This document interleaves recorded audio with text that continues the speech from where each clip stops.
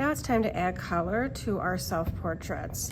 And I have already found a lot of the colors that I'm going to use.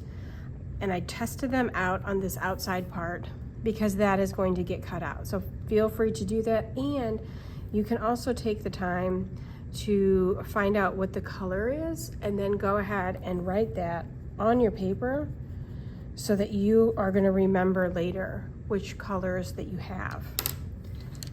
Okay, for your pupil, I suggest just using a pencil to color in the darker part of your eye. I think that looks kind of nice like that. I would start with your eye color first.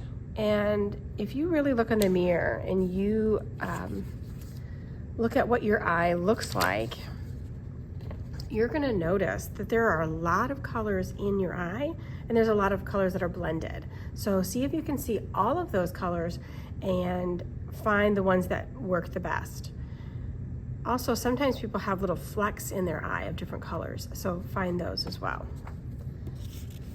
I'm gonna color on this larger one so that you can see it a little bit easier.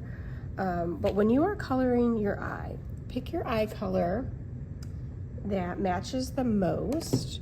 I'm gonna use this, is this the blue I'm using? I'm gonna use this color here, I think, first. When you're coloring, you're gonna color from the inside out, okay? I'll put this in here too. And you can see that all of the coloring goes from the inside to the outside. You're not just coloring back and forth. Actually, I'm gonna do some of the golden part first. So I see some of these flecks here. It's not always even, it just depends on what your eye looks like.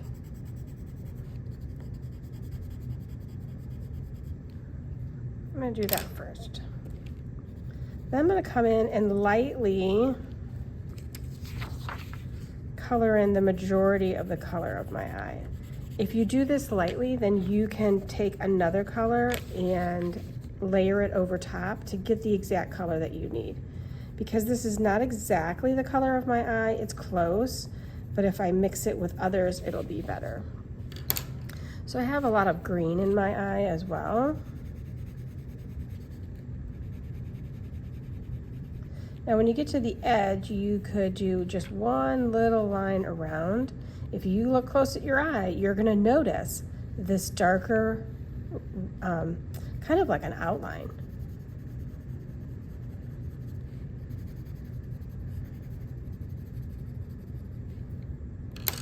And the darker outline of my eye is slightly bluish, like that. Maybe I'll add a little bit of that in here and there too.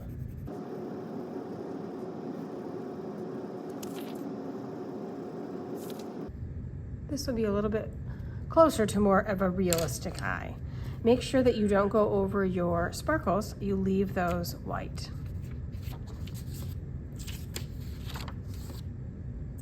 I'm gonna go ahead and do it on my final.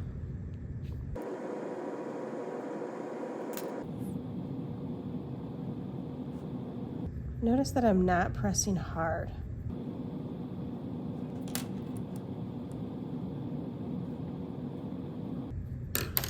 I'm gonna use this lighter blue.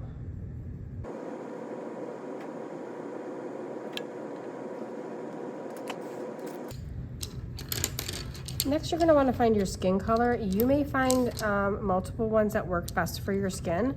There are some crayons and there are colored pencils. I have a container of kind of skin colored crayons and hair color crayons that you might want to find in here. I decided this one works the best. When you are coloring your face, do not color like this and press really hard. When you do that, you're gonna have all of those lines on your face. I suggest that you either, color lightly. I like to color in ovals, and then I attach my ovals together and you get a nice even color. Same thing for if you're going to use some of these crayons. You can color lightly, little ovals, And the more you go over it, the darker it gets, but you're not gonna see major lines like that. So go ahead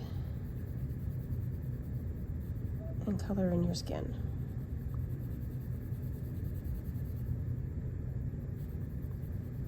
If you're gonna be layering your colors, make sure you're doing it lightly, and then you can take another color over top and do some blending.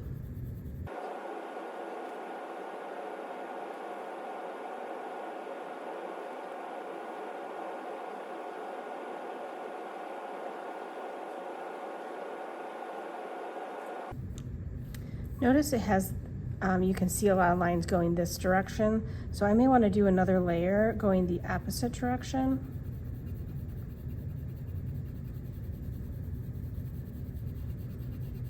To make it a little bit more even.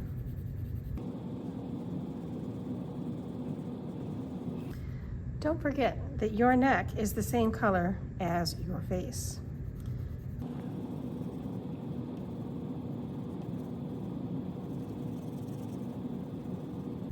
I'm pressing really lightly and I'm holding my pencil almost sideways so it's a little bit flatter so that I don't get any major lines like this. It is hard to erase them, and if you try to erase it, you almost make a bigger area that looks like a mistake, like looks like you erased it. So just stop what you're doing and then we can try to cover it up another way.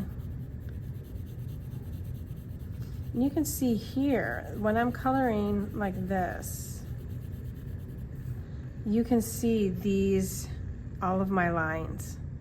So I'm probably gonna wanna turn it and go a different direction so I have more of an even tone in my coloring. Smaller circles are better than the larger ones like I was doing. Those larger ones you can start to see major stripes showing up. Okay, and last, when you're coloring in and you have glasses, your skin behind your glasses is the same color. So you're gonna wanna go back and make sure that you color in where your glasses are. Like that.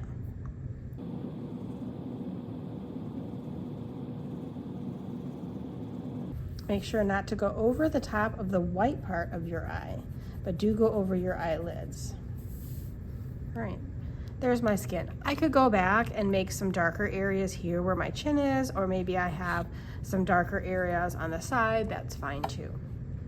Then go ahead and find your lip color. Look in the mirror. Really look and find some colors. Your lips are not this red naturally, and they're not like that pink, okay? What I chose is this one here, and it looks really close to my skin color, but I think it matches pretty well. When I do this, I'm gonna draw lines up and down, because if you look at your lips, you have some of these creases. Maybe you want to use more than one color to get the right color, and you want to blend them. That's good too. And then I'll kind of blend it. There. All right, from here, if you have glasses, you can go ahead and do your glasses. When you do your hair color, know that your hair color is not one color. Okay, I have chosen these three here. I think they look really nice. This light umber, dark brown, and this tumbleweed is a really good one as well. Look at your hair in the mirror as you're coloring so that you can get your highlights and lowlights. No one's hair is one solid color. Even if it's black, there's some lighter areas of black. So this is this tumbleweed color here. I'm gonna use that for some of the lighter parts of my hair, or the highlights, or like where the light from above is hitting. And I'm not pressing hard. Again, it's all about pressing light. I'm just gonna add some lightness here and there. Then I can go back with my other colors, test it again just to see which ones you got. So I'll use this darker one for these areas in here where the hair is kind of pushed back. You also want to color with the hair, pretending that you're drawing the hair in as you're coloring. You don't want to just color like this, or it's gonna look bad. You've taken so much time to make your portrait look great. So take the time when you're doing your hair as well. So color it the direction that your hair is going.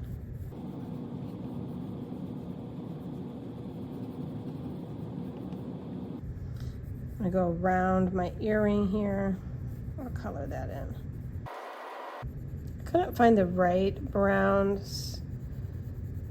And notice I used a crayon right here and then I'm using colored pencil. I am finding out that it is not blending very well. So you may want to be really careful about blending crayons and colored pencils. Maybe just do all crayon or all colored pencil. I'm gonna turn this, it's gonna be a little bit easier for me to color. I'm still gonna color in the direction of my hair.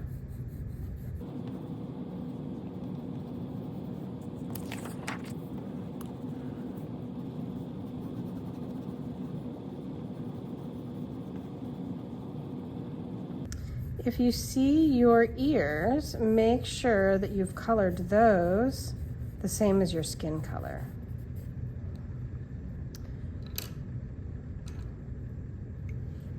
Which I can see just a little bit of my ears right there. The rest of this is hair.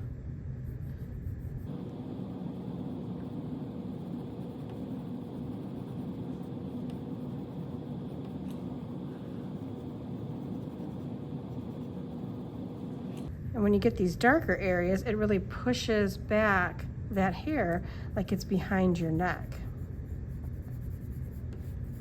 Deeper colors make those areas recede so they go back in space.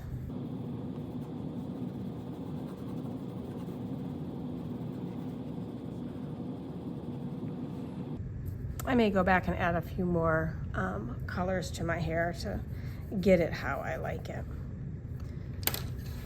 And from here, I'm gonna move on to my earrings. My earrings have some stripes. Some are wide, some are narrow.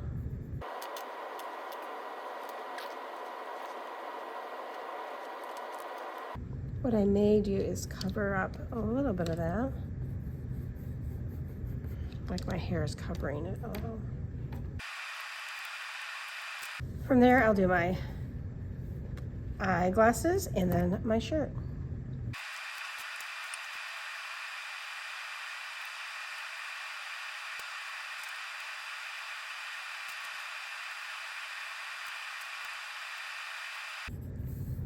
Really take your time when you're coloring large areas in,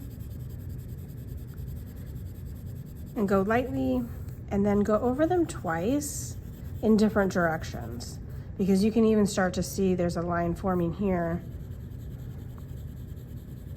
So I'm going to kind of go over that. I don't want to see those lines show up. And ultimately there I'm making little loops.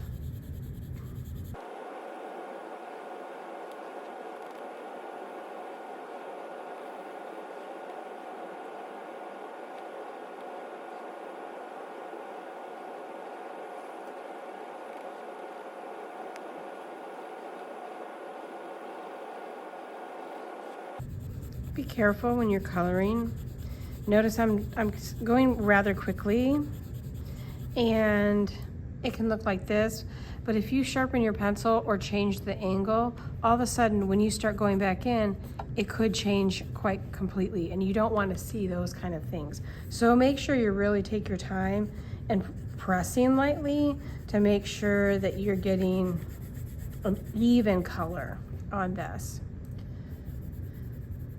And going back to the beginning, remember I mentioned that I would not mix crayon with your colored pencil. It is not layering very well, and like another color like this does not hardly go over it at all. So Be really strategic about what colors that you're choosing, and stick with the same material. So if you're going to use crayon, use all crayon for one area, or if you're going to use colored pencil, use colored pencil. But you can see here, it's just not adding any color. So, all right, once you are here, go ahead and cut this out, taking your time, and I'll show you the next step.